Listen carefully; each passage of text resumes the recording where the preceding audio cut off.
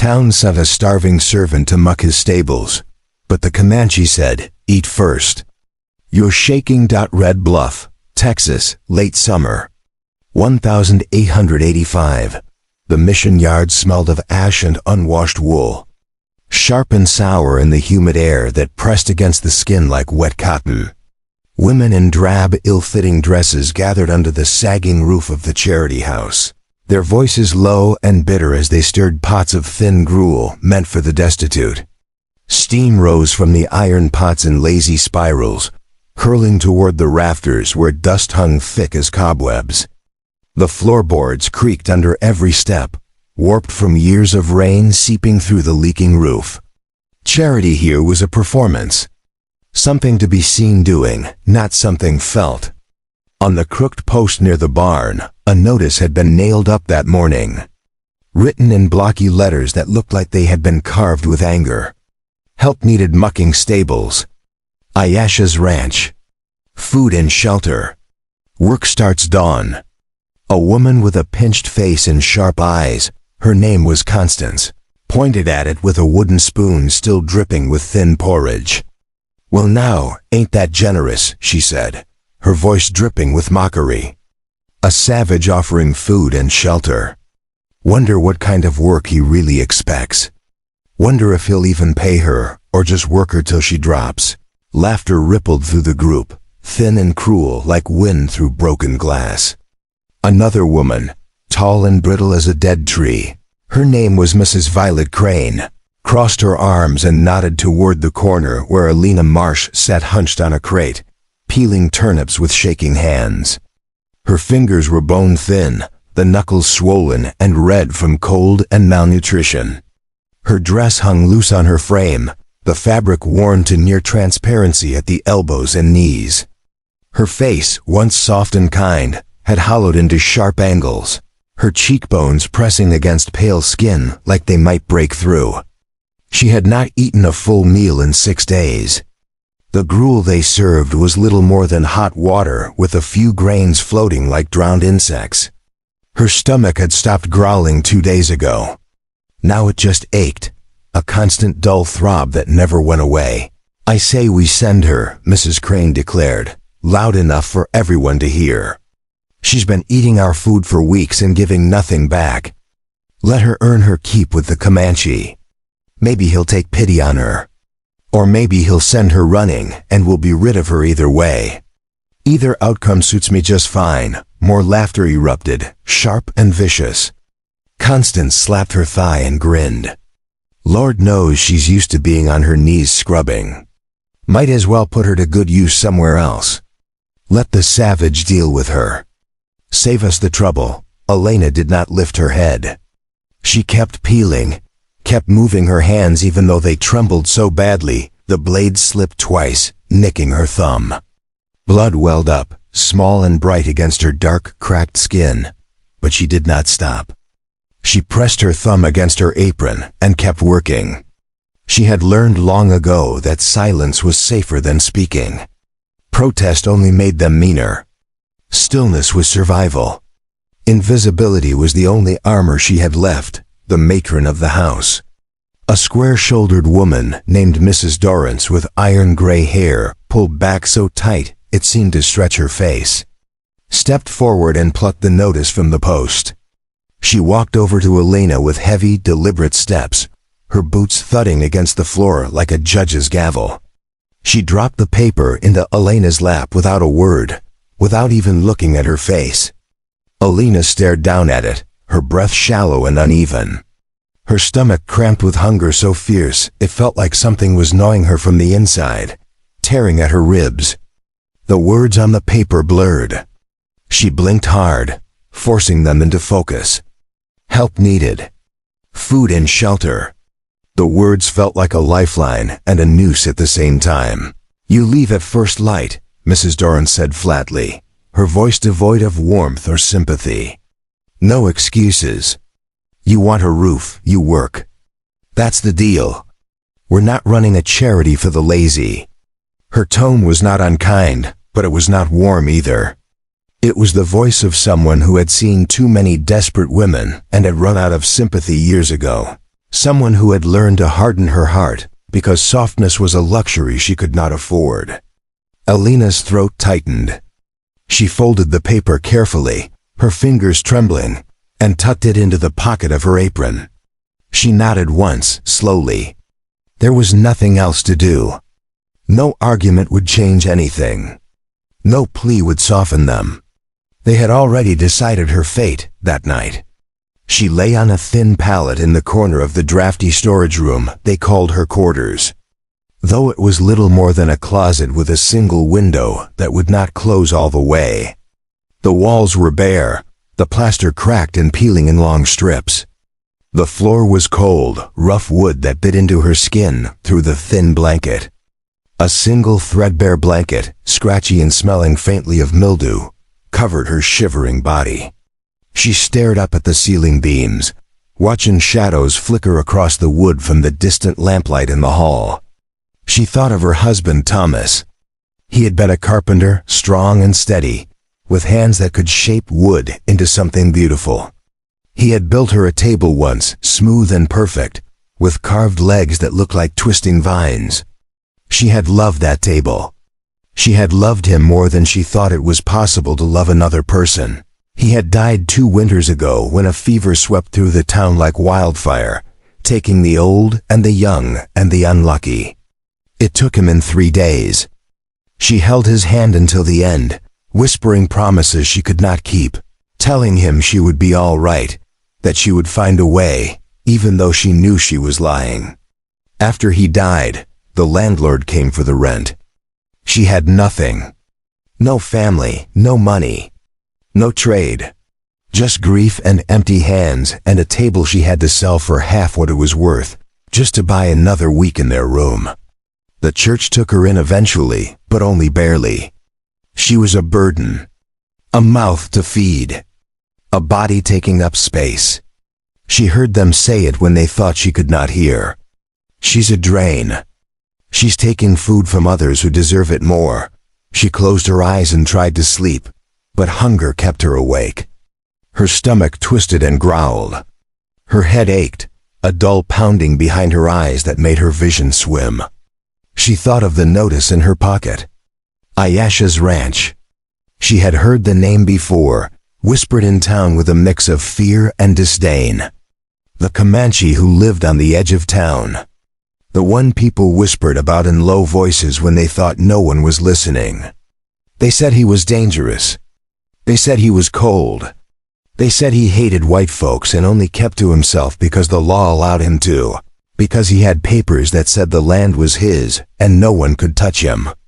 They said his wife had died and he had not spoken a full sentence to anyone since. They said he lived like a ghost, alone with his horses, and that anyone who went out there came back different, or did not come back at all. Alina did not know what to believe. She did not know if the stories were true or just the kind of lies people told to make themselves feel better about their own cruelty.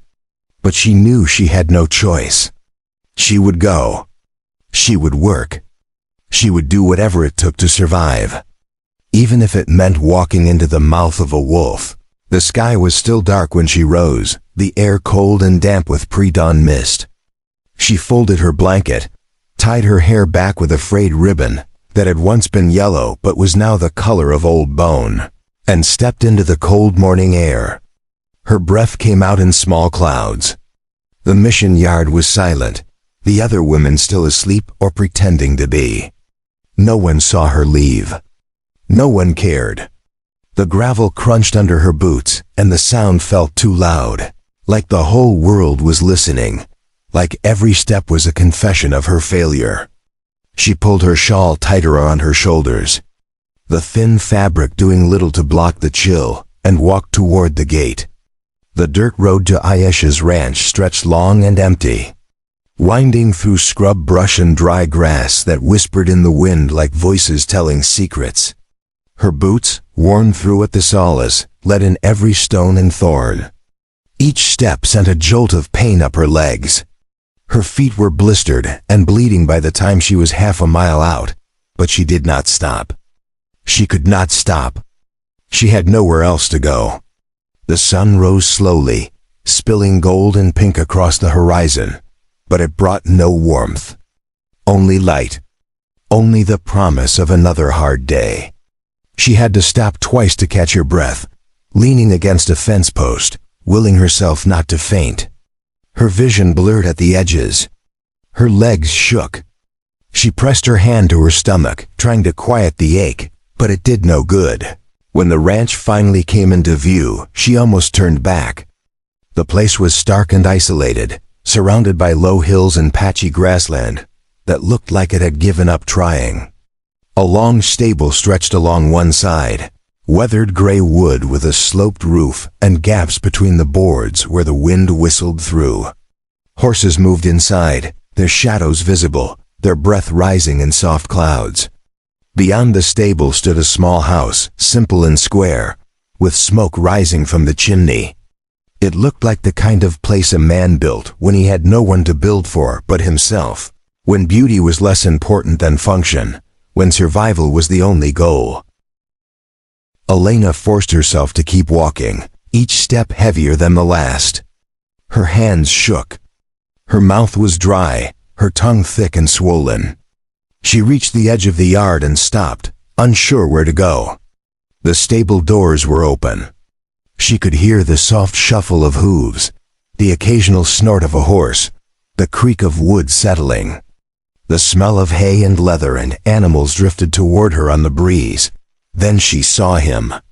Aisha stepped out from the shadow of the stable, a bucket in one hand, his movements calm and deliberate.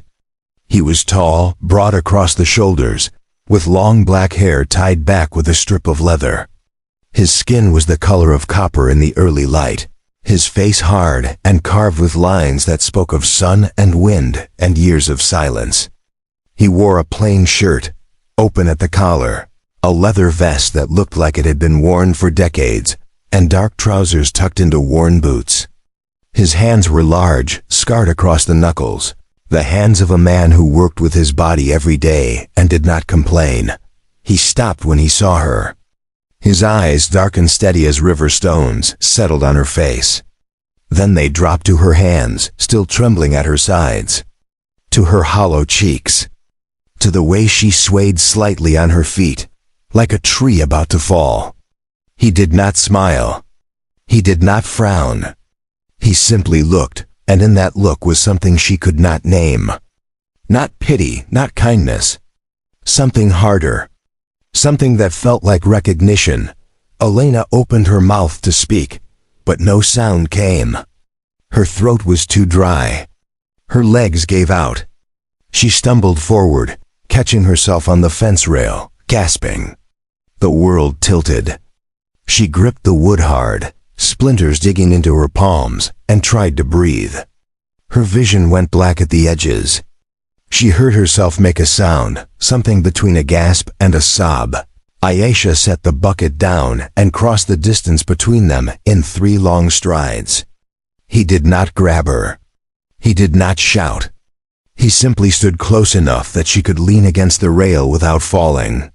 His voice, when it came, was low and rough, like stone scraped clean. "You're shaking," she nodded, unable to form words. Her body felt like it was coming apart at the seams. He studied her for a long moment, his gaze moving over her face, her trembling hands, her hollow frame. Then, without another word, he turned and walked toward the house. "Wait here," he said. It was not a command. It was not a request. It was simply a fact delivered without expectation. Elena wanted to argue, to say she could work, that she did not need charity, that she was strong enough, but her body would not move. She clung to the rail and waited, breathing hard. Her vision swam. Her knees buckled slightly, but she locked them, forcing herself to stay upright. She would not collapse. She would not give them that satisfaction, even if no one was watching. Aisha returned less than a minute later with a tin cup and a cloth-wrapped bundle. He handed her the cup first. Water, cold and clean from the well. She took it with both hands and drank, too fast, choking slightly. The water hit her throat like a blessing. She coughed, sputtered, then drank again, slower this time. He waited until she finished, his face unreadable, then handed her the bundle. Inside was bread, thick and warm, still soft from the oven, and a piece of salted meat. The smell of it hit her like a blow, and her stomach twisted so hard she nearly doubled over. "Eat first," he said. "You're shaking. You can't work if you can't stand." Elena stared at the food, her eyes burning with tears she refused to let fall. Her chest tightened. She wanted to refuse, to prove she was not weak, that she did not need his pity, but her body betrayed her. She tore into the bread with shaking hands, chewing too fast, swallowing hard. The taste of it, simple and plain, was the most beautiful thing she had felt in weeks. The meat was tough and salty, but she did not care. She ate every bite, her hands trembling less with each swallow, her body slowly coming back to life. Aisha did not watch her eat. He turned away and walked back to the stable, giving her space, giving her dignity. When she finished, she wiped her mouth with the back of her hand and stood straighter. Her legs still trembled, but she could stand. She could breathe. She could think. He returned a moment later with a pitchfork and a wheelbarrow, the wood handles worn smooth from years of use. "The stalls need mucking," he said. "Start at the far end. Work slow. If you feel faint, stop. There's water by the trough." His voice was flat, but not unkind. He did not look at her with pity. He did not look at her with contempt.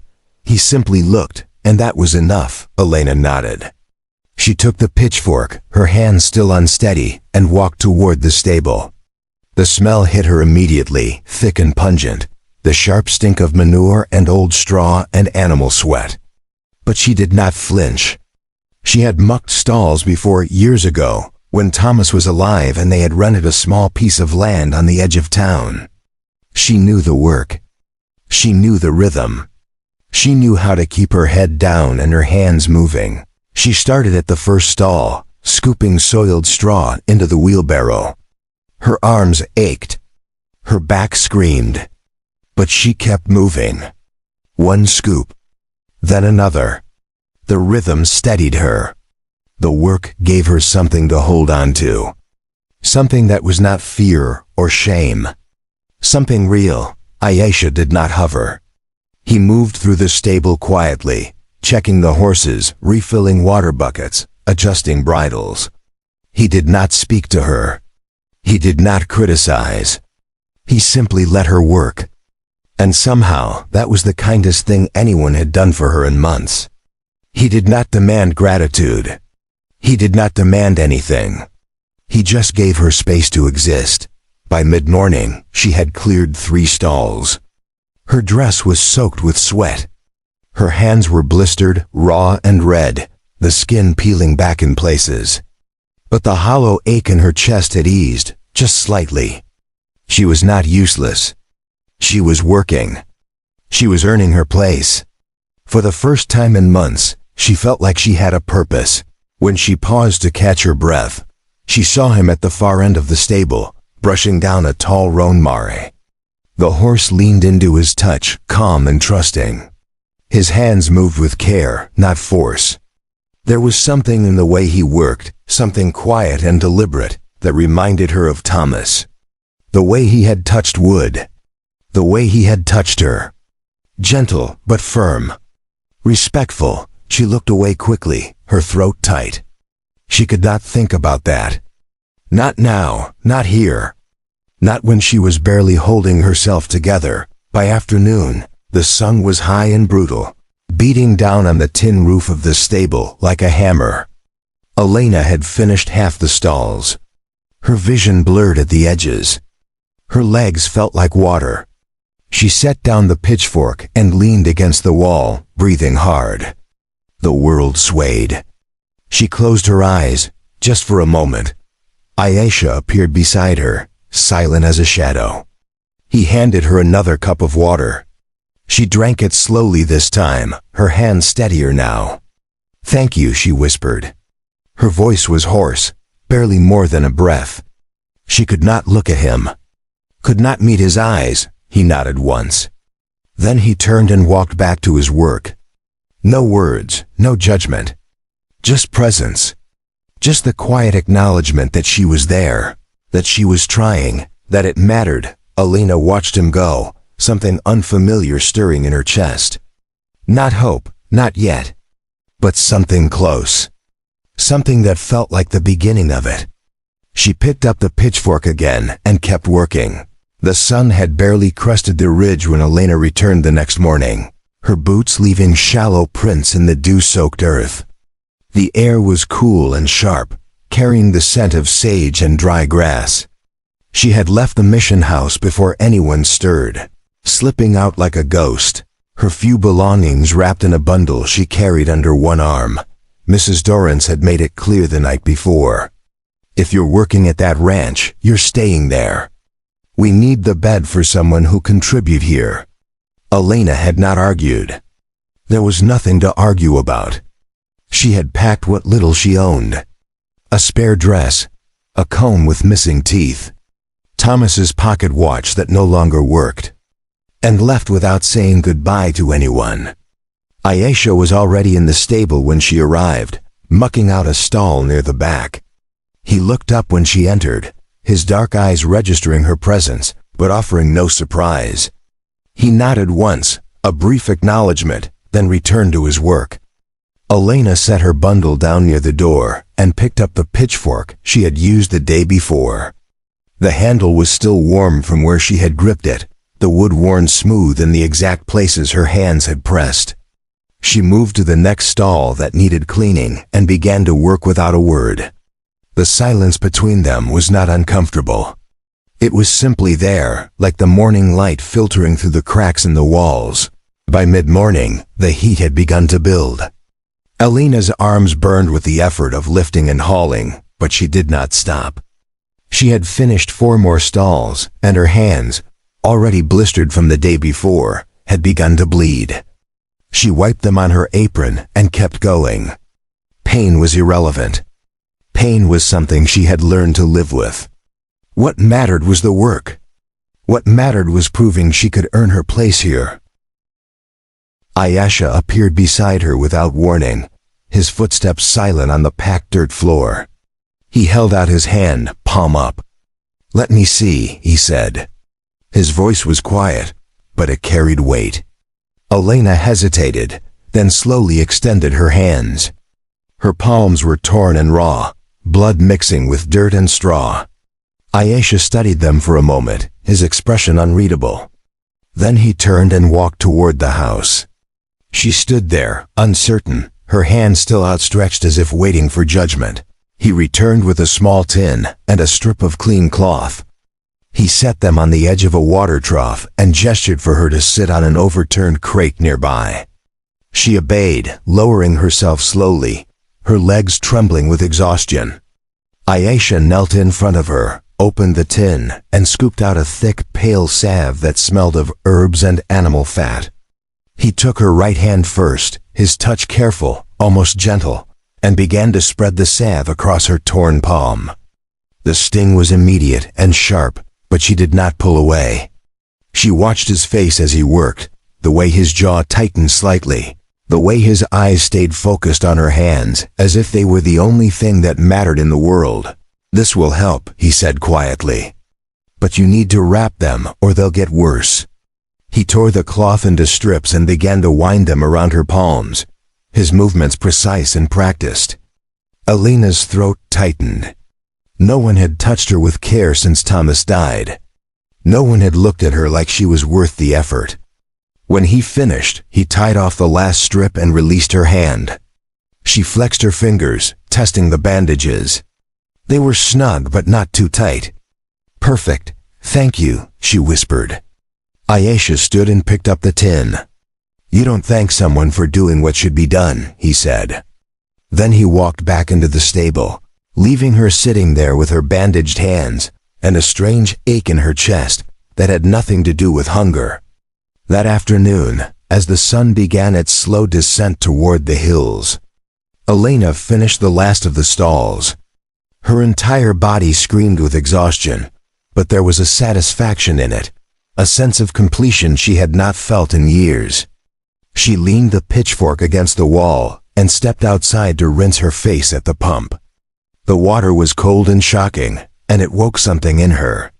Something that had been sleeping for too long. When she turned back toward the stable, she saw Ayesha standing near the corral, watching a black stallion pace along the fence line. The horse was magnificent, all muscle and restless energy, its coat gleaming like polished stone. It tossed its head and snorted, pawing at the ground. Elena approached slowly, careful not to startle either the man or the animal. "That one's trouble," Ayesha said without looking at her. "Won't let anyone ride him. Won't even let me get close without a fight." "How long have you had him?" Elena asked. Her voice was quiet, tentative. She was not used to conversation, not used to being heard. Ayesha was silent for a long moment, and she thought perhaps he would not answer. Then he spoke. 3 months. Bought him off a man who was going to shoot him for being too wild. Figured he deserved the chance. His eyes stayed on the horse. Sometimes things just need time. Need to know they're safe before they can trust. Elena looked at the stallion, at the way it moved. Powerful and wary, and she understood. She understood more than she wanted to. They stood there together in silence, watching the horse until the light began to fade and the air grew cool.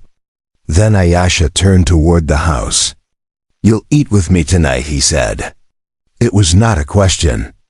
It was a statement of fact. Elena nodded, too tired to argue, too grateful to refuse. Inside, the house was sparse but clean. A single room served as both kitchen and living space, with a rough wooden table, 2 chairs, and a stone hearth where a fire crackled softly. A narrow doorway led to what Elena assumed was a sleeping area, though she did not look. Ayesha moved to the hearth and lifted a pot that had been simmering over the flames. He ladled stew into 2 wooden bowls, the steam rising in fragrant curls. He set one bowl in front of her and sat across the table with his own. Elena stared at the food. Chunks of meat, potatoes, carrots, all swimming in a thick, savory broth. Her stomach clenched with anticipation. She picked up the spoon with her bandaged hands and took a bite. The flavors exploded on her tongue, rich and warm and real. She ate slowly, savoring each mouthful, afraid that if she ate too fast, it would disappear. That this moment would shatter like glass. Ayesha ate in silence, his eyes occasionally flicking toward her, but never lingering. When she finished, she set down her spoon and looked at him. "Why are you doing this?" she asked. Her voice was barely above a whisper. "You don't know me. You don't owe me anything." He set down his own spoon and leaned back in his chair. His gaze was steady, unflinching. "Because I know what it's like to be cast out," he said. "I know what it's like when people look at you and see something less than human. My wife, she was white. Her family disowned her for marrying me. The town treated her like she'd committed a sin. When she got sick, no one would help. No doctor would come. She died in this house, in my arms, because they decided her life wasn't worth saving." He paused, his jaw tight. "So when I see someone the town has thrown away, someone they've decided doesn't matter, I remember her. And I do what I wish someone had done for us." Elena's eyes filled with tears. She blinked them back, but they came anyway, spilling down her cheeks in hot, silent streams. "I'm sorry," she whispered. "I'm so sorry." Ayesha shook his head. "Don't be sorry. Just survive. That's all anyone can ask." He stood and collected the bowls, carrying them to a basin near the hearth. Elena wiped her face with the back of her hand and stood as well. "There's a room in the back," he said without turning around. "It's small, but it's yours if you want it. Bed's made. Door has a latch. You're safe here." Elena could not speak. Her throat was too tight. She nodded, knowing he could not see her, and walked toward the narrow doorway. The room beyond was indeed small, barely large enough for the narrow bed and a single wooden chest. But the bed had clean sheets, and the window had a curtain, and when she closed the door behind her, she felt something she had not felt in 2 years. She felt like she had come home. She lay down on the bed, still fully clothed, and stared up at the ceiling. Outside, she could hear the soft sounds of Ayesha moving through the house, the crackle of the fire, the distant call of a night bird. She closed her eyes and let herself believe, just for a moment, that maybe she would be all right. That maybe this place, this man, this fragile new beginning could be enough. The days that followed settled into a rhythm. Alina woke before dawn and worked alongside Ayesha, mucking stalls, feeding horses, mending fences. He taught her how to handle the animals, how to read their moods, how to move around them without fear. She learned quickly, her hands growing stronger, her body adapting to the demands of the work. In the evenings they ate together, their conversations brief but honest. He spoke of his wife sometimes, her name was Ayana, and the way she used to sing while she cooked. Alina spoke of Thomas, of the table he had built, of the dreams they had shared and lost. One morning, as they worked side by side replacing a rotted fence post, Ayesha paused and looked at her. "You're good at this," he said. "The work, you don't complain. You don't quit." Alina shrugged, suddenly self-conscious. "I don't have anywhere else to go," she said. "That's not why you stay," he replied. "You stay because you want to. There's a difference." She looked at him, really looked at him, and saw something in his eyes that made her heart skip. Not pity, not obligation. Something else. Something that felt like respect. Like recognition. Like the beginning of something neither of them had words for yet. That afternoon, as the sun hung low and golden, painting the hills in shades of amber and rose. Before we jump back in, tell us where you're tuning in from, and if this story touches you, make sure you're subscribed, because tomorrow I've saved something extra special for you. Alina was brushing down one of the mares when she heard voices. She stepped out of the stable and saw 3 men standing near the gate, their hats pulled low, their faces hard. Ayesha was already there, his body positioned between them and the house. His posture was relaxed, but Alina could see the tension in his shoulders, the way his hands hung loose at his sides, ready. "We heard you got yourself some help," one of the men said. His voice was rough, edged with something mean. "Thought we'd come see for ourselves. Make sure everything's proper." Ayesha's expression did not change. "Everything's proper. She works. I pay her. That's all there is." The man spat into the dirt. "That's all, huh? Town's talking, Comanche. Saying you got that widow living here. Saying it don't look right. A man and a woman, alone out here. People got questions. People always have questions," Ayesha said. "Doesn't mean I have to answer them." The second man stepped forward, his hand resting on the knife at his belt. "Maybe you should answer them. Maybe you should send her back where she belongs. Before someone decides to come out here and make sure things are done proper." Alina's heart pounded. She stepped forward, her hands clenched into fists despite the pain in her palms. "I'm not going back," she said, her voice stronger than she felt. "I'm working here. Earning my way. There's nothing improper about it." The men turned to look at her, their eyes cold and appraising. The first man smiled, but it was not a kind smile. "That's so. Well, we'll see what the town thinks about that. We'll see how long the Comanche's charity lasts when people start asking the right questions." He tipped his hat in a mocking gesture and turned away. The other 2 followed, their boots crunching on the gravel as they walked back toward their horses. Alina stood frozen, her breath coming fast and shallow. Ayesha did not move until the men were out of sight.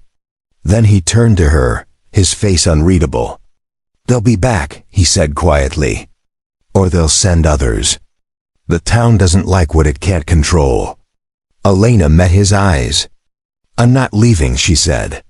"Not unless you want me to. He held her gaze for a long moment. Then he nodded. "Good," he said. "Because I don't want you to." And for the first time since she had arrived, Elena saw something in his face that looked almost like a smile. It was small and fleeting, but it was there. And it was enough. The following Sunday arrived heavy with expectation, the kind of day where the air itself seemed to hold its breath.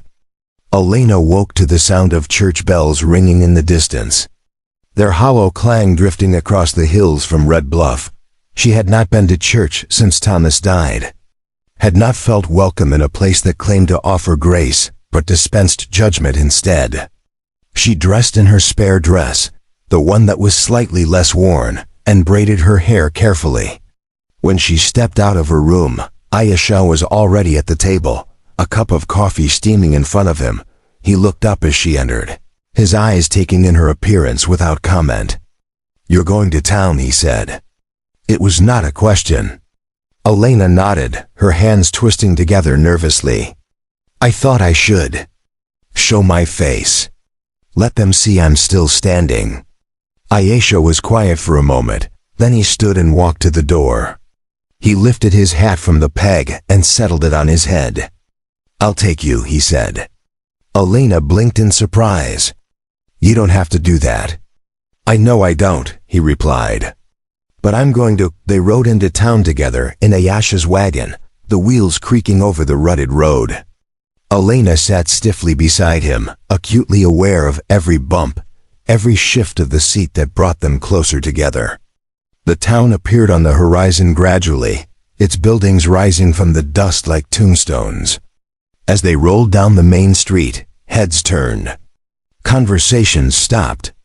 People stared openly, their faces a mixture of shock and disapproval. Elena kept her eyes forward, her spine straight, refusing to give them the satisfaction of seeing her flinch. Ayesha guided the wagon to a stop in front of the church, just as the bells finished their final toll. He climbed down and offered her his hand. Elena hesitated for only a second before taking it, his palm warm and rough against her bandaged fingers. They walked toward the church entrance together, and the crowd parted like water onto stone. No one spoke to them. No one greeted them. But everyone watched inside. The church was stuffy and dim, light filtering through dusty windows and pale shafts. The pews were nearly full, families pressed together in their Sunday best. Elena and Ayesha moved down the center aisle, and she could feel the weight of every eye on her back. Whispers followed them like shadows. "Look at her. With him. Has she no shame?"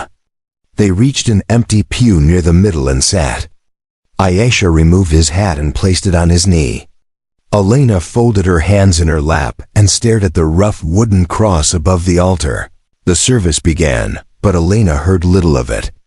The pastor's voice droned on about sin and redemption, about the righteous path and the wages of iniquity. And she wondered if he was speaking to her specifically, or if condemnation was simply his default language. Beside her, Ayesha sat motionless, his face carved from stone. When the congregation rose to sing, they stood. When others sat, they sat. They moved through the rituals like ghosts, present but not truly there. After the final hymn, as people began to file out into the sunlight, Elena stood and turned toward the aisle. That was when she saw them. 3 women from the mission house, including Mrs. Dorrance and Constance, standing near the door with their arms crossed. Their faces were sharp with righteousness. Mrs. Dorrance stepped forward as Elena approached, blocking her path.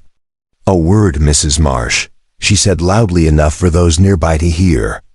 Elena stopped, her heart pounding. "Of course," she said quietly. "We've heard troubling reports," Mrs. Dorrance continued, her voice carrying through the church. "Reports that you're living out at that ranch, alone, with him." She did not look at Ayesha, but the contempt in her voice made clear who she meant. "People are concerned about your moral character, about what example you're setting." Elena felt heat rise in her cheeks. "I'm working," she said, keeping her voice steady. "I'm earning my keep." There's nothing immoral about honest work, Constance laughed, the sound harsh and grating. Honest work. Is that what you call it? Living under the same roof as a savage, no chaperone, no propriety. You've made yourself into a scandal, Elena, and you've dragged the mission's name through the mud by association. Mrs. Dorrance nodded. We can't have that. We have a reputation to maintain. If you wish to continue receiving any support from the church, you'll leave that ranch immediately and return to proper accommodations. Otherwise, you're on your own. Elena opened her mouth to respond, but Ayesha's voice cut through the air before she could speak. She's already on her own, he said. His tone was calm, but there was steel beneath it. You threw her away when she needed help. You sent her to my ranch hoping she'd fail, hoping I'd send her back so you wouldn't have to feel guilty about abandoning her. Now she's standing on her own feet, and you can't stomach it because it makes you look at what you really are. The church fell silent. Mrs. Dorrance's face flushed red. How dare you speak to me that way, she hissed. Ayesha stepped forward, his presence filling the space. I dare because it's true. You don't care about her morals. You care about control. About making sure everyone knows their place. She didn't fit into yours, so you discarded her. Don't pretend this is about righteousness. It's about pride. A man near the back, one of the three who had visited the ranch, stood up. You've got a lot of nerve, Comanche. Coming into our church and talking like that. Maybe it's time someone reminded you that you're only here because we allow it. Ayesha turned to face him, his expression unchanging. I'm here because the law says this land is mine. Because I paid for it with money I earned. You don't allow me anything. You tolerate me because you have no choice. But if you want to test that, we can step outside and settle it. The man's face darkened, but he did not move. The pastor, a thin man with nervous hands, stepped forward. Please, let's not have violence in the house of God. This is a place of peace. Ayesha looked at him. Then let there be peace. Let her work in peace. Let her live in peace. Stop hounding her for surviving. The pastor opened his mouth, then closed it, clearly unsure how to respond. Elena felt something crack open inside her chest, something that had been sealed tight for too long. She stepped forward and looked at Mrs. Dorrance, at Constance, at all the faces staring at her with judgment and disdain. I'm not coming back, she said. Her voice was steady now, clear and strong. You're right. I don't fit into your world. I tried. I bent myself into shapes I didn't recognize just to have a place to sleep and a bowl of thin soup. But I'm done with that. I'd rather work until my hands bleed than spend another day begging for scraps from people who see me as nothing more than a burden. She turned to Ayesha. Let's go, she said. He nodded and placed his hat back on his head. They walked down the aisle together, and this time, no one whispered. No one spoke. They simply watched as the starving servant and the Comanche walked out of the church and into the bright, unforgiving sunlight. The ride back to the ranch was quiet. Elena's hands shook in her lap, adrenaline still coursing through her veins. She had never stood up for herself like that, never spoken back to the people who held power over her life. It felt terrifying and exhilarating all at once. Ayesha drove the wagon with steady hands, his face unreadable. After a long silence, he spoke. You didn't have to do that, he said. Elena looked at him. Yes, I did, she replied. I couldn't let them make me small anymore. I couldn't let them make you the villain when you're the only one who treated me like a person. He glanced at her, and for the first time, she saw something soft in his expression. Something that looked almost like pride. You're stronger than you think, he said. Elena shook her head. I'm not strong. I'm just tired of being weak. There's a difference, Ayesha said. No, there's not. Strength isn't something you're born with. It's something you build. Every time you get up when you want to stay down. Every time you keep going when it would be easier to quit. You've been building it all along. You just didn't see it." Alina looked away, her throat tight with emotion. She did not trust herself to speak. They rode the rest of the way in silence, but it was a different kind of silence now. Not empty, full, heavy with things unsaid but understood. When they reached the ranch, Ayesha helped her down from the wagon. His hand lingered on hers for just a moment longer than necessary, and she felt the warmth of it travel up her arm and settle somewhere deep in her chest. "Thank you," she said quietly, "for standing up for me." He shook his head. "You stood up for yourself. I just made sure they heard you that evening." As the sun set and painted the sky in shades of orange and violet, Alina sat on the porch steps and watched the horses in the corral. The black stallion was still pacing, still restless, but he seemed calmer now, less frantic. Ayesha came out of the house and sat down beside her, a comfortable distance between them. "He's getting better," Alina said, nodding toward the stallion. Ayesha followed her gaze. "Takes time," he said. "Trust doesn't come easy when you've been hurt," Alina understood. She understood more than she could put into words. They sat together in the fading light, two people who had been broken by the world and were slowly, carefully, learning how to put themselves back together. The wind rustled through the dry grass, carrying with it the scent of sage and dust and possibility. And for the first time in a very long time, Alina allowed herself to believe that, maybe, just maybe, she deserved this.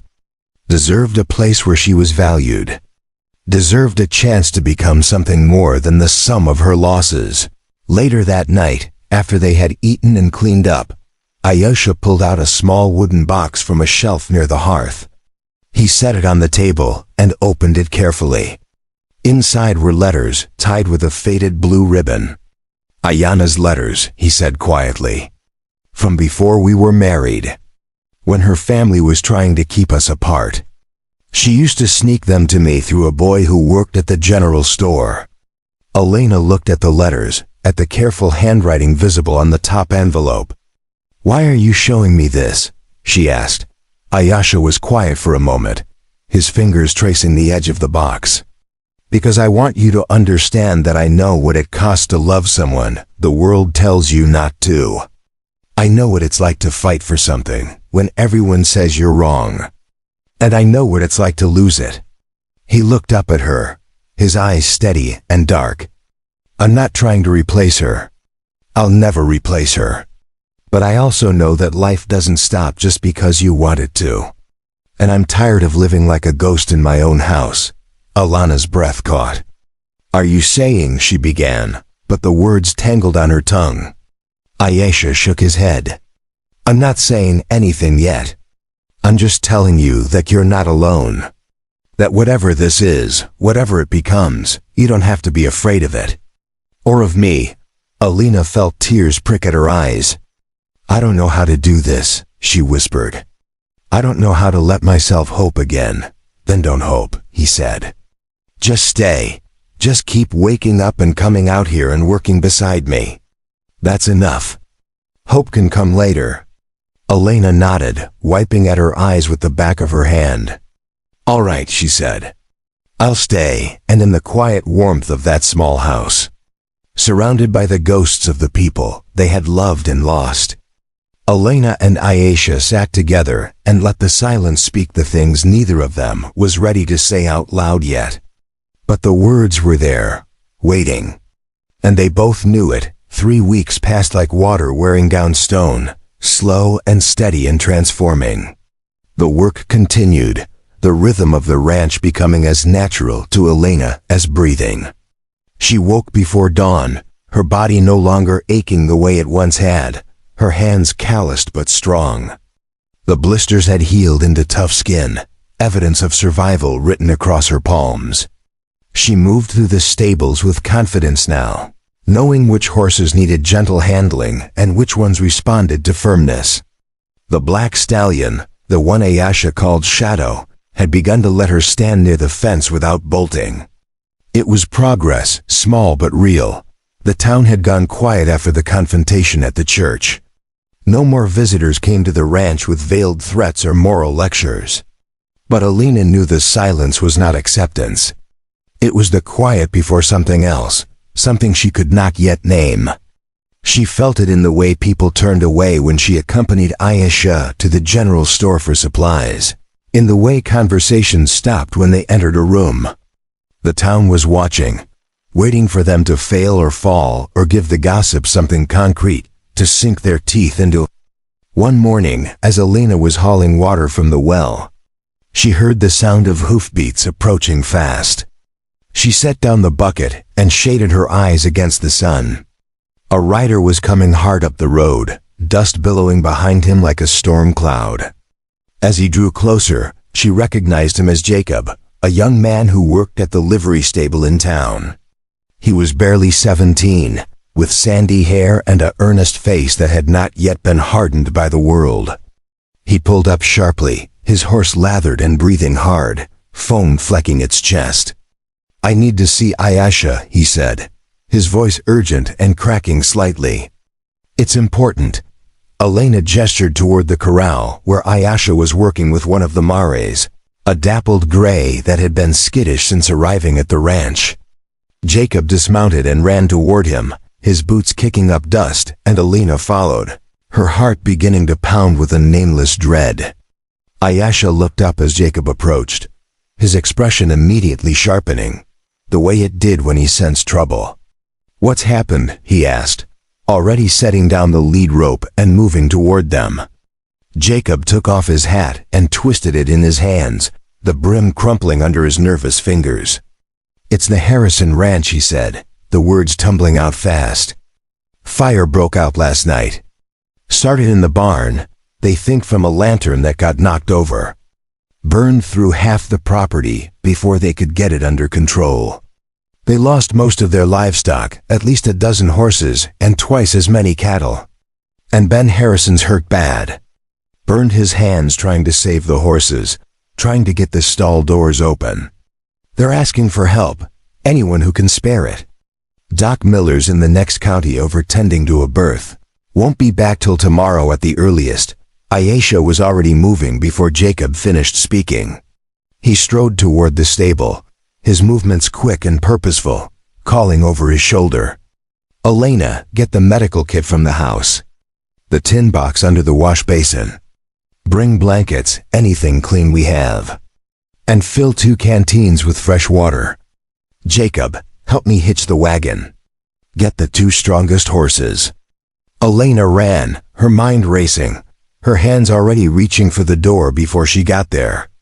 She found the tin box, its contents rattling as she pulled it free. She grabbed an armful of blankets from the chest in her room and stuffed a canteen and some dried meat into a canvas sack. Her fingers fumbled with the ties, adrenaline making her clumsy. By the time she returned, Ayesha had the wagon ready, 2 horses already harnessed and stamping impatiently. He took the supplies from her and loaded them quickly, his hands sure and efficient. "I'm coming with you," she said, and it was not a question. Ayesha paused, looking at her, his dark eyes searching her face. "It's going to be bad, Alina. Worse than anything you've seen. Burns are ugly. People screaming. You don't have to see that. You don't have to carry that." "I know," she said, meeting his gaze without flinching. "But I'm coming anyway. You'll need help. You can't do this alone." He held her gaze for a moment longer, then nodded once, sharp and decisive. "Get in." They rode hard toward the Harrison Ranch, Jacob leading the way on his horse. The wagon bounced over the rutted road, jostling them with every dip and rise. Alina gripped the side rail to steady herself, her knuckles white. The smell reached them before they saw the devastation. The acrid stench of burned wood and flesh and hair carried on the wind, thick and choking. When they crested the hill and the ranch came into view, Alina's stomach turned violently. She pressed her hand to her mouth, willing herself not to be sick. The main barn was a blackened skeleton, its beams collapsed inward like broken ribs. Smoke still rose from the ruins in lazy, poisonous spirals. The house had survived, but the land around it was scorched and lifeless. The grass burned away to reveal cracked gray earth. Dead animals lay scattered in the field, their bodies twisted and charred. People moved through the wreckage like ghosts, faces smudged with ash, eyes hollow with shock and exhaustion. Children sat on the porch steps, crying quietly, their small hands clutching burned toys and scraps of blankets. Aisha pulled the wagon to a stop near the house and jumped down. Elena followed, her legs unsteady beneath her. A woman she recognized as Mrs. Harrison came running toward them, tears streaking through the soot on her face, her dress torn and filthy. "Thank God you came," she gasped, her voice raw from smoke and screaming. "Ben's inside. He's hurt so bad. His hands, his arms, I can't." She choked on the words, unable to continue. "Please, can you help him? Can anyone help him?"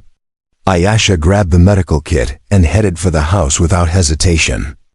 Elena took the blankets and followed, her heart pounding so hard she could hear it in her ears. Inside, the air was thick with the smell of smoke and fear and something else, something sweet and terrible that she recognized as burned flesh. Ben Harrison lay on a makeshift bed in the front room, his hands wrapped in blood-soaked cloth that had once been someone's shirt. He was conscious but pale, his face slick with sweat, his teeth gritted against the pain. Aisha knelt beside him and carefully began unwrapping the bandages. Elena set the blankets down and moved to help, her hand steady despite the horror of what she was seeing. The burns were severe, worse than she had imagined. Angry, red and blistered, the skin blackened in places, weeping clear fluid that mixed with blood. The smell was overwhelming. Ben groaned as Aisha examined the wounds, a low animal sound that made Elena's chest tighten. "This needs a doctor," Aisha said quietly, his voice carefully controlled. Mrs. Harrison shook her head, fresh tears spilling down her cheeks. "The doctor won't come out here. Not at night. Not for us. We sent word, but he said he'd come in the morning if he could. Said he had other patients. Morning might be too late," Aisha said grimly. He opened the medical kit and began pulling out supplies, his movements quick and sure. "Elena, I need you to boil water. Clean as you can get it. And find me whiskey if they have any." Strong as possible, Elena moved quickly, finding a pot and filling it from the pump outside. The water was cold and clear, and she carried it carefully back inside. She set it over the fire in the hearth and stoked the flames until they roared. Mrs. Harrison brought her a bottle of whiskey, half full, the label faded and peeling, and Elena carried it back to Aisha. He took it without looking up, his focus entirely on Ben's ruined hands. He poured some of the whiskey over the burns, and Ben screamed, a raw sound that cut through the room like a blade and seemed to lodge itself in Elena's chest. She flinched but did not look away. Aisha worked with swift efficiency, cleaning the burns with cloth dipped in the boiled water, applying salve from his kit that smelled of sage and something medicinal, wrapping them in fresh cloth that Elena tore from one of the blankets. It took nearly an hour, and by the end, Ben had passed out from the pain, which was a mercy. His breathing was shallow but steady. Aisha stood and wiped his hands on a rag, his face grim and lined with exhaustion. "He'll live if infection doesn't set in. Keep the bandages clean. Change them twice a day, morning and night. If he starts to fever, if the wounds start to smell rotten or turn green, send for me immediately. Don't wait." Mrs. Harrison clutched his arm with both hands, her fingers digging into his sleeve. "Thank you," she whispered, her voice breaking. "Thank you. I don't know what we would have done. I thought we were going to lose him." Aisha nodded. "You would have done what you had to. You still will. This isn't over. You'll need help rebuilding. You'll need supplies, labor, money." Mrs. Harrison looked toward the window, toward the ruins of her barn, and her face crumpled. "We don't have the money to rebuild. We barely had enough to survive as it was. We were already behind on our debts. This will break us. This will bury us. Elena stepped forward, something crystallizing inside her, something hard and clear. What if people helped, she said. What if the town came together? Raised money, sent supplies, sent hands to work. Mrs. Harrison laughed, a bitter, hollow sound. The town, they'll help their own, maybe. But we're not their own. We're outsiders, same as you. We came here from back east 5 years ago, and they've never let us forget it. No one's going to lift a finger for us. Elena looked at Ayesha, and something passed between them, an unspoken understanding, a shared resolve. Then we'll be the first, Elena said, her voice stronger now. We'll help. And maybe if we start, others will follow. Maybe they just need someone to go first. Over the next 2 weeks, Elena and Ayesha returned to the Harrison ranch every day. They brought food, salted meat and dried beans and fresh bread that Elena baked before dawn. They brought tools, hammers and saws and nails.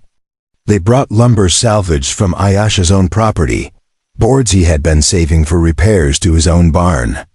They worked alongside the Harrisons, clearing debris, hauling away the charred remains of what had been, rebuilding pens for the surviving animals, tending to the frightened livestock. Word spread slowly through the town, carried by Jacob, others who had seen what was happening. And to Elena's surprise, others began to show up. First it was Jacob from the livery, bringing nails and hinges and his own strong back. Then a farmer named William brought a wagon load of hay and offered 2 days of labor. Even some of the women from the church came, though they did not speak to Elena directly, bringing food and clothing and blankets. It was not forgiveness. It was not acceptance. But it was something. A crack in the wall of judgment that had surrounded her. Elena worked alongside them, her body aching by the end of each day, but her spirit lighter than it had been in years. She felt useful. She felt seen. One evening, as they were finishing up for the day, the sun sinking low and turning the sky the color of a fresh bruise, Mrs. Harrison pulled Elena aside. Her hands were rough and work-worn, her face still lined with worry but softer somehow. "I owe you an apology," she said quietly, her eyes not quite meeting Elena's. "I was one of the ones who whispered about you, who judged you for living out at that ranch with him. I thought I knew what kind of woman you were. I thought you were," she paused, searching for words. "I thought you had no shame. But I was wrong." Preparing and narrating this story took us a lot of time, so if you are enjoying it, subscribe to our channel. It means a lot to us now. Back to the story. "You've shown more Christian charity than anyone in that church, more than any of us who sit in those pews every Sunday and pat ourselves on the back for being good people. And I'm ashamed of myself for not seeing it sooner. For not seeing you." Elena felt her throat tighten, emotion welling up hot and unexpected. "You don't owe me anything," she said. "We all do what we have to survive. We all make judgments when we're afraid or hurting." Mrs. Harrison shook her head firmly. "No, survival is one thing. Kindness is another. You didn't have to come here. You didn't have to help us. You had every reason to let us burn, to let us suffer the way we let you suffer. But you came anyway. And I won't forget that. My children won't forget that." She squeezed Elena's hand, her grip warm and strong, and walked back toward the house, leaving Elena standing in the fading light. Tears streaming down her face and dripping off her chin. That night, as they rode back to the ranch, Elena and Ayesha were both quiet, wrapped in their own thoughts. The stars were coming out, scattered across the sky like salt spilled on dark cloth. The air was cool and smelled of dust and distant rain. Ayesha finally broke the silence. "You did good today," he said, his voice low and thoughtful. Elena looked at him, at his profile outlined against the darkening sky. "We did good," she corrected. He smiled, a real smile that reached his eyes, not just the ghost of one. "Yeah, we did." They rode on, and Alina felt something settling inside her, something that had been restless and uncertain for so long. She was not just surviving anymore. She was living. She was building something. She was part of something larger than herself. And it felt like coming home.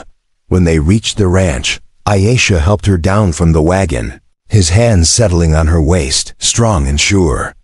He lifted her easily, as though she weighed nothing, and when her feet touched the ground, he did not immediately let go.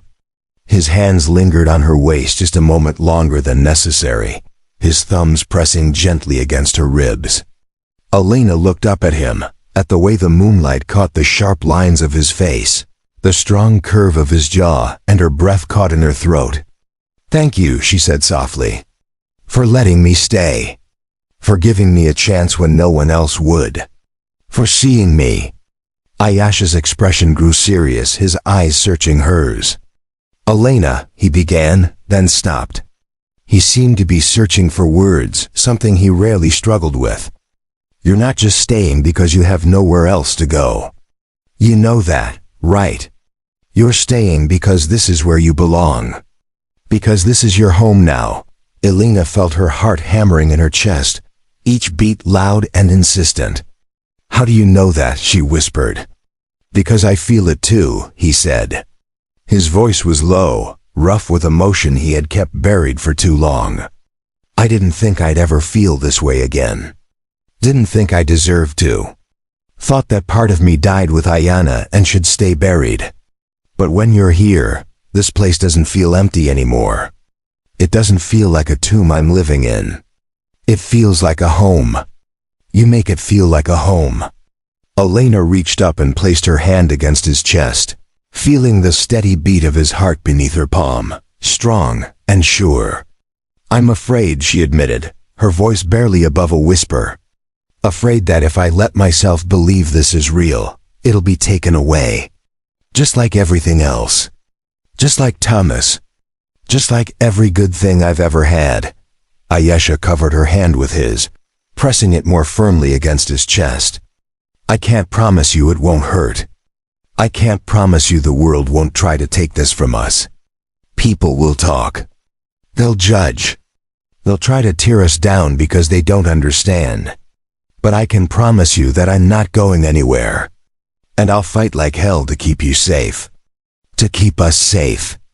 Elena felt tears spill over, hot trails down her cheeks, but they were not tears of sadness. They were something else entirely. Something that felt like release, like letting go of a weight she had carried for far too long. Something that felt like permission to want something again. Inside the house, they sat at the table and talked late into the night, the fire burning low in the hearth, casting dancing shadows on the walls. Ayesha told her about his childhood, about growing up between two worlds, never fully belonging to either. He told her about the Comanche village where he had spent his early years, learning to ride and hunt and track. And he told her about the white settlements where he had worked as a young man, where he had learned their language and their ways, but had never been accepted as one of them. He told her about Ayana, about how they had met at a trading post, how she had smiled at him when everyone else had looked away, about how they had fallen in love despite everything working against them, despite her family's rage and the town's disapproval. And he told her about the loneliness that had consumed him after she died, the way he had closed himself off because it was easier than facing the pain, easier than risking that kind of loss again. Elena listened, and when he finished, she told him about Thomas, about the dreams they had shared and the life they had tried to build. She told him about the little house they had rented, with its leaking roof and drafty windows, and how they had been so happy anyway because they had each other. She told him about the table he had built, about the way his hands had moved over the wood with such care and precision. And she told him about the guilt she carried, the feeling that she had failed somehow, that if she had been stronger or smarter or better, maybe he would still be alive. Maybe she could have saved him. Ayesha reached across the table and took both her hands in his grip, firm and grounding. You didn't fail him, he said, his voice fierce and certain. You loved him. You took care of him. You were there with him at the end. And you survived losing him. That's not failure. That's courage. That's strength most people will never have to find. Elena shook her head, tears streaming down her face again. It doesn't feel like courage. It feels like cowardice. Like I'm betraying him by being here, by feeling what I'm starting to feel for you. Like I'm being disloyal to his memory. Ayesha squeezed her hands. Love isn't a betrayal, Elena. It's a gift. The rarest kind. And the people we've lost, the ones who really loved us, they wouldn't want us to stop living because they're gone. They'd want us to find joy again. To find each other. To keep going. Ayanna would have wanted that for me. And Thomas would have wanted that for you. His words broke something open inside her. Shattered the last wall she had been holding up. And she let herself cry, really cry, for the first time since Thomas had died. Great heaving sobs that shook her whole body, years of grief and guilt and fear pouring out of her in waves. Ayesha came around the table and pulled her into his arms, holding her tight against his chest. He did not try to quiet her or tell her it would be all right. He did not offer empty platitudes or false comfort. He just held her, solid and real and warm, and let her grieve. Let her break apart so she could start to heal. When the tears finally subsided, leaving her hollow and exhausted, but somehow lighter, Elena pulled back and looked up at him.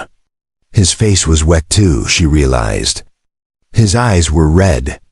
They had both been carrying so much pain, so much loss for so long. And now, in this small house on the edge of nowhere, they were finally letting it go. Finally allowing themselves to feel something other than survival. Ayesha cupped her face in his hands, his palms rough and warm against her skin, his thumbs brushing away her tears with infinite gentleness. I don't know what happens next, he said, his voice thick with emotion. I don't know what the future holds or what the world will throw at us. But I know I want you here. Not because you work hard or because you're useful or because I need help with the ranch. Because you make me remember what it feels like to be alive. Because when I look at you, I see tomorrow instead of yesterday. Elena's breath hitched, her heart feeling too large for her chest. I want to stay, she whispered. Not because I'm afraid to leave. Not because I have nowhere else to go. Because I want to be here. With you. Because this feels like where I'm supposed to be. Ayesha leaned down and pressed his forehead against hers, their breaths mingling in the small space between them, their eyes closed. Then stay, he said, and it sounded like a prayer. Stay with me. Build this life with me. And this time, with every fiber of her being. Elena knew she would. The weeks that followed the fire at the Harrison Ranch changed. Something fundamental in the town's perception of Elena and Ayesha. Though the change came slowly, grudgingly, like winter ice melting under a reluctant sun. More people began to acknowledge them when they came to town for supplies. Not warmly, not with open arms, but with curt nods and brief greetings that were at least human. It was a start. Elena had learned not to expect more than that. She had learned that respect, real respect, was earned in inches. Not miles. One crisp October morning, as Elena was mending a saddle blanket on the porch, she saw a small figure walking up the road toward the ranch. As the person drew closer, she recognized the slight frame and hesitant gait of a young woman, barely more than a girl. She was perhaps 16, with pale blonde hair pulled back in a simple braid and a dress that had been mended. So many times the original fabric was barely visible beneath the patches. Elena set down her work and stood, shading her eyes. The girl stopped at the gate, her hands twisting nervously in her apron. "Excuse me, ma'am," she called out, her voice thin and uncertain. "Are you Mrs. Marsh?" Elena walked down the steps and crossed the yard. "I'm Elena Marsh," she said gently. "What can I do for you?" The girl's eyes filled with tears. "My name is Sarah Brennan." My pa, he drinks. He's been drinking more since my ma died last spring. Yesterday he beat me so bad I can't." She lifted her sleeve, revealing bruises that made Elena's stomach turn, dark purple and black hand-shaped marks on her thin arm. "I heard what you did for the Harrisons. I heard you took in strays. I got nowhere else to go. I can work. I can clean and cook and tend animals. I just need somewhere safe." Elena's heart broke and mended in the same instant. She reached out and took Sarah's hand carefully, mindful of the bruises. "You're safe here," she said. "Come inside. Let me get you some food and we'll figure this out." Sarah's face crumpled with relief and she followed Elena into the house. Aisha was at the table, reviewing a ledger of expenses, and he looked up as they entered. His eyes took in the girl's condition immediately, and his jaw tightened. "This is Sarah," Elena said. "She needs help." Aisha stood and gestured to a chair. "Sit down," he said, his voice gentle despite the anger Elena could see simmering beneath the surface. "You're safe here. No one will hurt you here." Over the next hour, they learned Sarah's story. Her mother had died of consumption. Her father, unable to cope with the loss, had turned to drink and rage. She had 2 younger brothers who were staying with an aunt in another county. But there was no room for Sarah. She had been sleeping in the barn, trying to stay out of her father's way. But it was getting colder, and he was getting meaner. Elena made her a plate of food and watched as the girl ate with the desperate hunger of someone who had gone too long without. When she finished, Elena showed her to a small storage room off the kitchen that could be converted into sleeping quarters. "It's not much," Elena said. "But it's warm and it's yours if you want it." Sarah looked at the room, at the simple cot and the wooden chest and the small window that let in the morning light, and she started to cry. "It's perfect," she whispered. "It's more than I ever hoped for." Elena put her arm around the girl's thin shoulders. "You'll work," she said. "We all work here. But you'll be fed and clothed, and no one will raise a hand to you. That's the deal." Sarah nodded, wiping her eyes. "I understand. Thank you. Thank you so much." That afternoon, Sarah's father showed up at the ranch. He was a big man, red-faced and reeking of whiskey, his clothes stained and his eyes wild. He pounded on the door, shouting Sarah's name, demanding she come out. Aisha stepped onto the porch, and Elena moved to stand beside him. Sarah stayed inside, her face pressed to the window, pale with fear. "Where's my daughter?" the man bellowed. "You got no right keeping her here. She's mine. She belongs to me." Aisha's voice was calm, but carried the weight of stone. "She's not property. She's a person. And she's staying here because she chose to. Because it's safer than being with you." The man's face turned an even deeper shade of red. "You calling me a bad father? You saying I can't take care of my own blood?" Aisha did not flinch. "I'm saying you beat her. I'm saying she came here covered in bruises with nowhere else to turn. I'm saying if you were any kind of father, she wouldn't have had to run." The man took a step forward, his fists clenched. "You got no right," he repeated, his voice rising to a roar. "No right at all. She's coming home with me right now or I'll—" He reached for the knife at his belt and everything seemed to slow down. Aisha moved faster than Elena had ever seen him move, closing the distance between them in 2 strides and grabbing the man's wrist before the blade could clear its sheath. He twisted and the man cried out, dropping the knife into the dirt. Aisha kicked it away and shoved the man backward.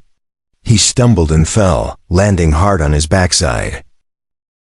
"You touch that girl again," Aisha said, his voice low and deadly, "and I will make sure the sheriff knows about it. I will make sure everyone in town knows what kind of man you really are. Now get off my property before I decide to give you a taste of what you gave her." The man scrambled to his feet, his bravado crumbling into fear. He pointed a shaking finger at Aisha. "This ain't over," he spat. Then he turned and staggered back down the road, muttering threats and curses. Elena let out a breath she had not realized she was holding. Ayesha turned to her, his face still tight with anger. "Are you all right?" he asked. She nodded. "I'm fine. You?" He flexed his hand, the one that had grabbed the man's wrist. "I'm fine." He looked toward the house, where Sarah's face was still visible in the window. "She stays. No matter what." Elena reached out and took his hand. "She stays," she agreed. Sarah became part of their lives as naturally as breathing. She was quiet and hardworking, grateful in a way that made Elena's chest ache. She helped with the cooking and cleaning, tended the vegetable garden Elena had started behind the house, and learned to care for the horses under Ayesha's patient instruction. In the evenings, the three of them would sit together at the table, talking about the day's work or telling stories, or simply existing in comfortable silence. It felt like family. It felt like something Elena had thought she would never have again. As autumn deepened and the air grew colder, Elena found herself thinking more and more about the future, about what it meant to build a life with Ayesha. They had not spoken explicitly about marriage, but the understanding was there, unspoken, but solid. One evening, as they sat by the fire after Sarah had gone to bed, Ayesha reached into his pocket and pulled out a small cloth bundle. He set it on the table between them and unwrapped it slowly. Inside was a ring, simple and worn, made of silver that had tarnished with age. "It was Ayana's," he said quietly. "Her wedding ring. I've been carrying it with me since she died, not sure what to do with it. Not sure if I'd ever be ready to let it go." Elena looked at the ring, at the way the firelight caught the dull metal, and her throat tightened. "Ayesha," she began, but he held up a hand. "I'm not asking you to wear it," he said. "I know that wouldn't be right. But I wanted you to see it, to understand that I'm ready to let go of the past. Not forget it. Never forget it. But let it be the past instead of the present." He reached into his other pocket and pulled out another small bundle. This one, when unwrapped, revealed a different ring. Rougher, newer, clearly handmade. "I made this," he said, "from a piece of silver I traded for last month. It's not fancy. It's not perfect. But it's yours. If you want it." Elena stared at the ring, her vision blurring with tears. It was simple, just a band with a single small turquoise stone set into the metal, but it was the most beautiful thing she had ever seen. Ayesha picked it up and held it between them. "I'm not good with words," he said. "I'm not going to make some grand speech. But I want you to be my wife. I want to wake up every morning knowing you're here. I want to build this life with you, whatever it looks like. I want to face whatever comes next together. Will you marry me?" Elena could barely see him through her tears. "Yes," she whispered. "Yes, I'll marry you." Ayesha's face broke into a smile, genuine and bright, and he took her hand. He slid the ring onto her finger, and it fit perfectly, as though it had been waiting for her all along. Elena looked down at it, at the way the turquoise caught the light, and felt something shift inside her.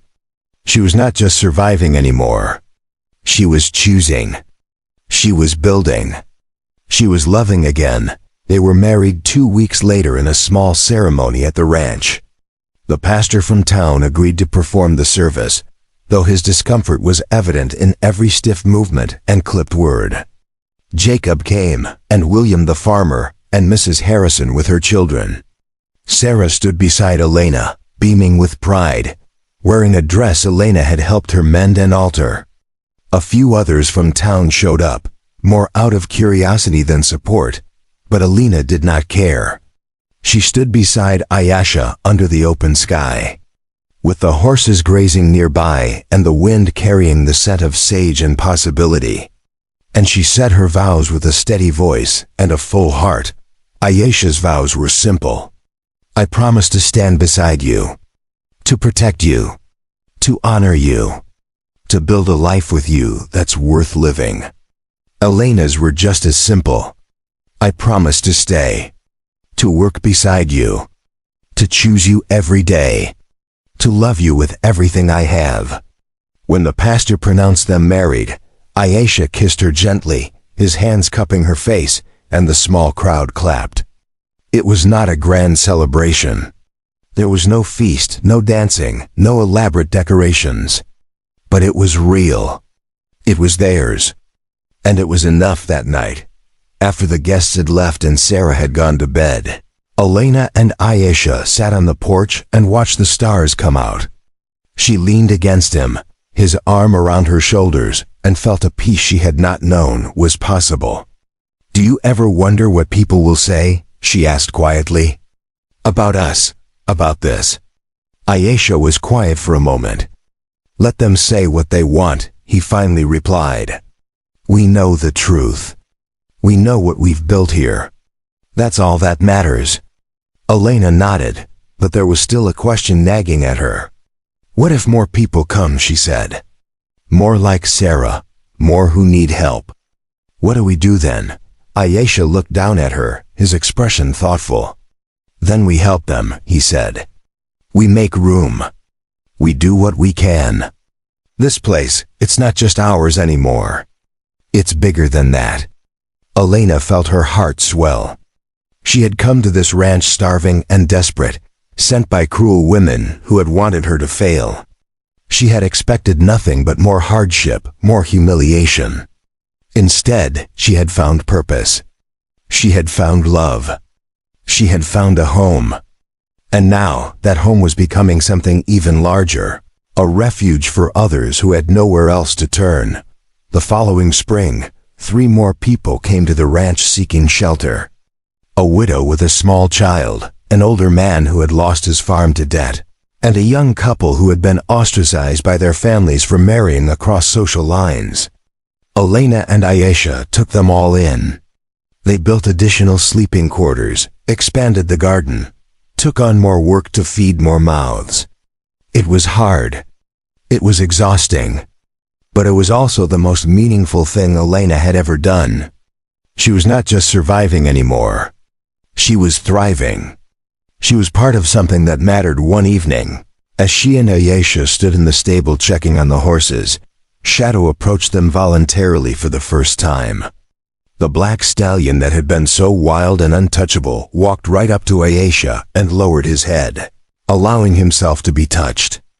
Aisha ran his hand along the horse's neck, his expression soft with wonder.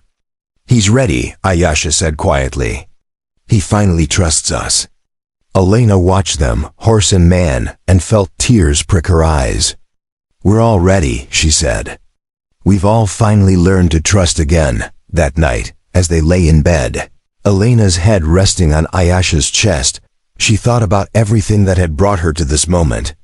The hunger, the humiliation, the fear, the desperate walk to a ranch on the edge of nowhere.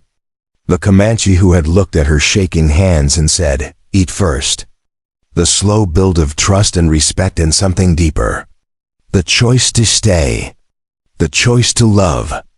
The choice to build a life from the ashes of the old one. Aisha's voice broke the silence. "What are you thinking about?" he asked. Elena smiled against his chest. "I'm thinking about how they sent me here to muck your stables," she said. "How they thought I would fail. How they expected me to come crawling back, broken and defeated. And I'm thinking about how wrong they were. How this place, this life with you, is the best thing that ever happened to me." Aisha tightened his arm around her. "They did us a favor," he said. "By trying to hurt you, they brought you to me. By trying to break you, they gave you a chance to become stronger." Elena nodded.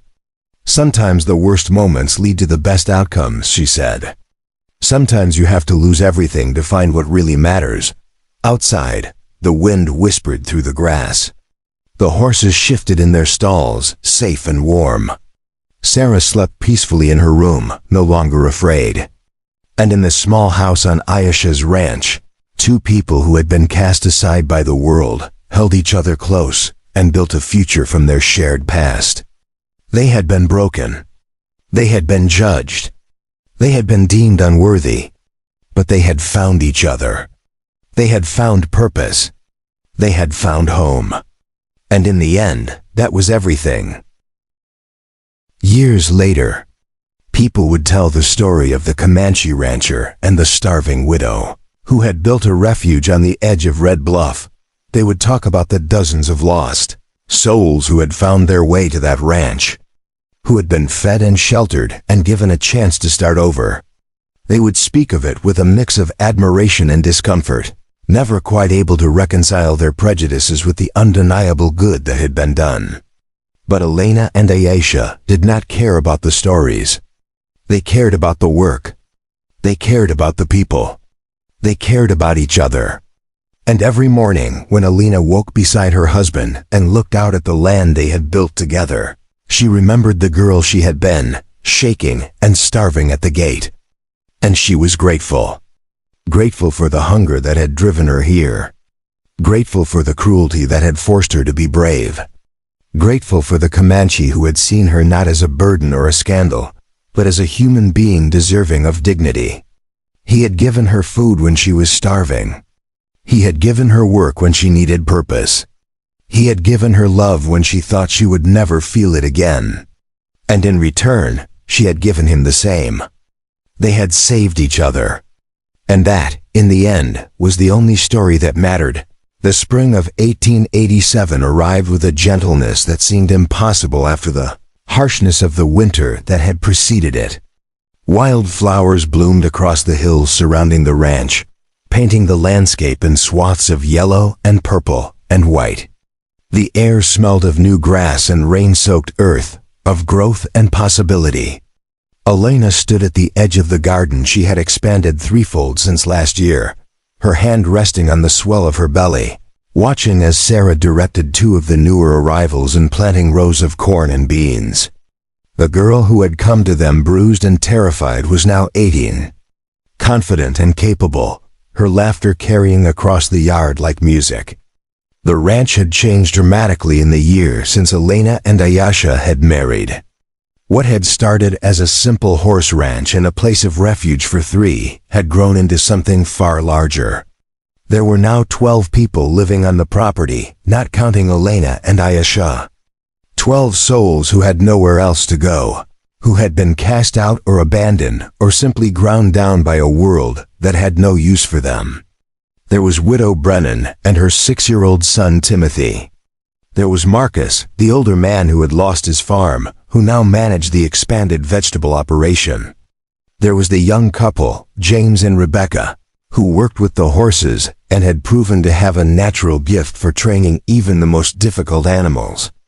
And there were others, each with their own story of loss and survival, each contributing what they could. Ayesha had built 3 additional structures over the winter, simple bunkhouses with wood stoves and bunks. He had also expanded the stables to accommodate more horses, as word had spread that he was willing to take on animals others had given up on.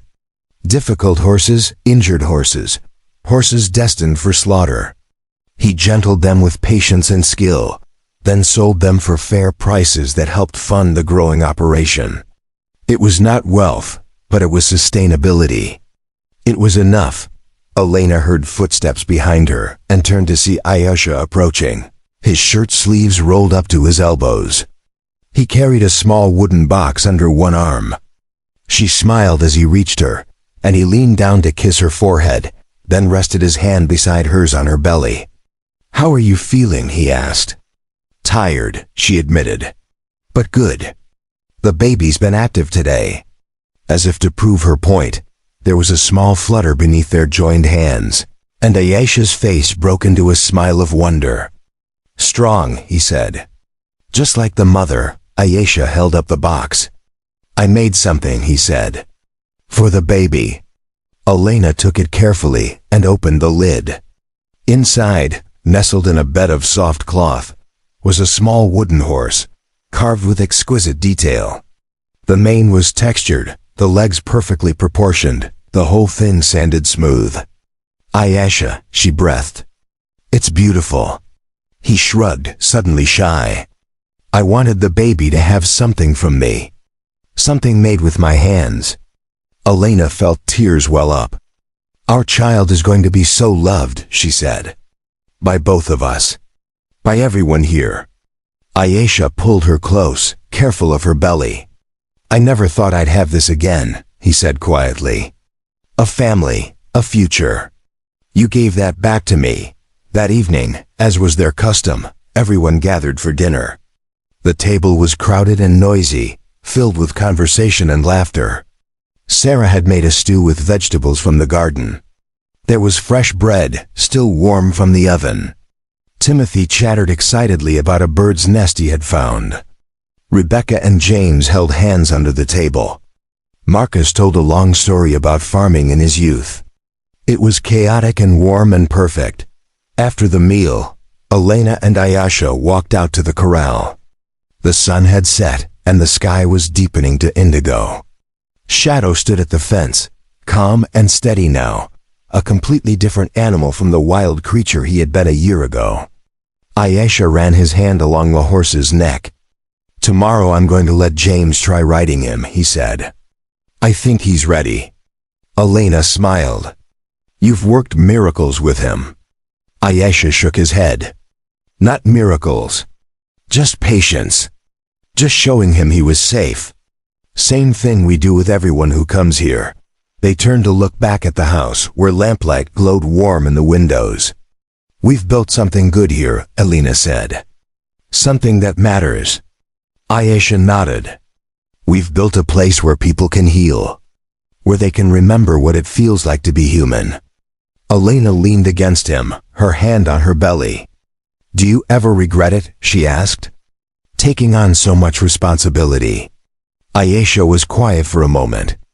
No, he said finally. This is what we're meant to do. We know what it's like to be broken. We know what it takes to put yourself back together. If we can help others do the same, then every bit of hard work is worth it. 3 days later, a rider came to the ranch just after dawn. Elena was gathering eggs when she heard the horse approaching. The rider was a woman, perhaps 30, with dark hair and exhausted eyes. She dismounted stiffly. Are you Mrs. Elena? She asked. Elena nodded. I am. Can I help you? The woman's face crumpled with relief. My name is Catherine Mills. I heard about this place from Mrs. Harrison. I heard you take in people who have nowhere else to go. My husband died 6 months ago. His brother claimed the farm, threw me out 3 days ago. I can work. I'm strong. I just need a chance. Elena stepped forward and took the woman's hand. You're safe here, she said. Come inside. Let's get you fed and rested, and then we'll figure out what comes next. Catherine's eyes filled with tears. Thank you, she whispered. As Elena led her toward the house, she caught sight of Ayesha watching from the stable, and he nodded. There was always room for one more that afternoon. Elena sat on the porch with Sarah. The younger woman was mending a shirt. Sarah glanced at Elena's belly and smiled. Have you thought of names yet? She asked. Elena shook her head. We've talked about it, but nothing feels quite right yet. We want to wait until we meet the baby. They sat in comfortable silence, then Sarah spoke again. I want you to know something. This place saved my life. You showed me that I was worth more than what my father said I was. You showed me what love looks like. Real love. You showed me that family isn't just blood. It's choice. Elena reached over and squeezed Sarah's hand. You did that yourself. We just gave you the space to do it. Sarah shook her head. No, you showed me. And I want you to know that when your baby comes, I'll help you however you need. Because you're my family now. Elena felt tears spill over, and she pulled Sarah into a hug. You're our family too, she said. Always, one hot July afternoon, Elena's water broke while she was hanging laundry. The pain came fast and hard, and Sarah ran for Ayesha. He came at a sprint and helped Elena into the house. Widow Brennan took charge immediately, sending Marcus to town for the midwife. Ayesha wanted to stay, but Elena told him he would be more useful keeping everyone else calm. He kissed her forehead and reluctantly left the room. The labor was long and difficult. The pain was beyond anything she had imagined. Widow Brennan coached her through it with steady calm, and Sarah held her hand. The midwife arrived just before sunset. Hours passed. Night fell. And then, just as the moon rose high, she heard it. The sharp cry of a newborn. The midwife placed a tiny bundle on her chest. "It's a girl," she said. "A healthy baby girl." Elena looked down at the red, wrinkled face and felt her heart crack open. "She's perfect," Elena whispered. Ayesha came in like a man in a dream, his eyes wide and awed. He sat carefully on the edge of the bed and reached out to touch the baby's head. "She's so small," he said. "So perfect." "What should we name her?" Elena asked. Ayesha was quiet. "Ayana used to talk about a name she liked," he said finally. "For a daughter we never had. She wanted to call her Kai. It means willow tree. Strong but flexible. Able to bend without breaking." Elena felt tears stream down her face. "Kai," she repeated. "It's perfect." Our daughter Kai, in the weeks that followed, the ranch adjusted to having a newborn. Kai was passed around like a treasure, held and cooed over by everyone. Timothy was fascinated by her. Marcus carved her a cradle. Rebecca sewed her tiny clothes. Sarah appointed herself as unofficial guardian. Thebebe became the heart of their makeshift family, a symbol of hope and continuity. One evening in late August, as Elena sat on the porch nursing Kai, Mrs. Harrison rode up to the ranch.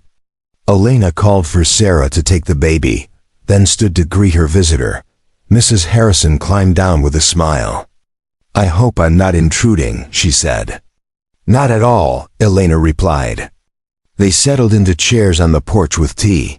"I came to tell you something," Mrs. Harrison said. "Our farm is doing well. Ben's hands have healed enough that he can work again.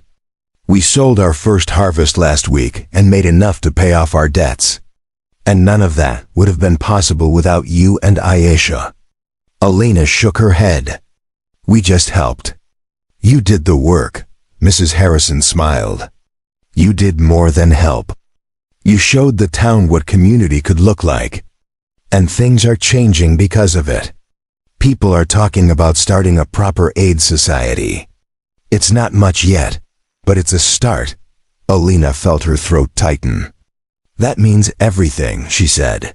Mrs. Harrison reached over and squeezed Elena's hand. "You've done a remarkable thing here. And I wanted you to know that you have friends in town now.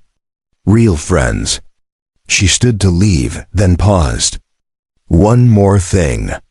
I heard Constance from the mission house talking the other day. Someone asked her about you. And you know what she said? She said it was the best thing that ever happened to you. That she wished she'd had the courage to leave when she had the chance." Elena sat back stunned. "I never thought I'd hear that," she said. Mrs. Harrison smiled. "People change. When they see living proof that their way isn't the only way. That's what you are. You're living proof." After Mrs. Harrison left, Elena sat on the porch for a long time.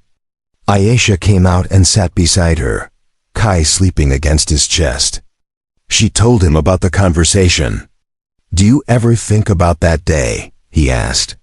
"When you walked up that road, starving and scared, sent here as a joke. Do you ever wish it had been different?" Elena looked at him, at their daughter, at the house behind them full of people who had become family. "Not for a second," she said. "Every hard moment led me here. To you, to this. I wouldn't change any of it." Ayesha leaned over and kissed her temple. "Neither would I." As autumn arrived, the ranch prepared for another winter. One cool October evening, everyone gathered around the fire pit. Marcus played a fiddle. James and Rebecca danced. Timothy ran in circles with other children. Sarah sat with Catherine, laughing. And Elena sat with Ayesha, Kai bundled warmly between them. and looked around at the life they had built.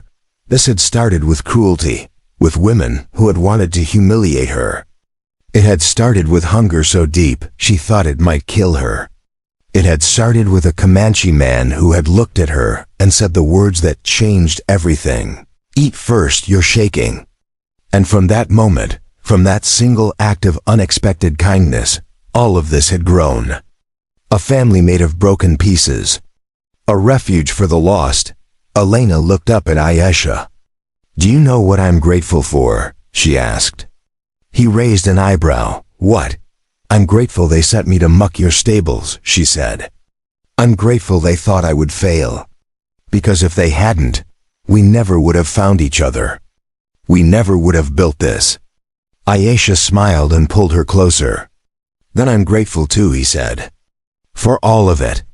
For every hard moment that led us here, around them, their family laughed and talked and lived." The fire crackled and sparked. And Elena Marsh, who had once been sent to a Comanche's ranch as a joke, who had arrived starving and shaking and desperate, sat in the warmth of the home she had helped build and knew with absolute certainty that she was exactly where she was meant to be. She had found her place. She had found her people. She had found her purpose. And nothing in this world could ever take that away. Up next, you've got 2 more standout stories right on your screen. If this one hit the mark, you won't want to pass these up. Just click and check them out. And don't forget to subscribe and turn on the notification bell so you don't miss any upload from us.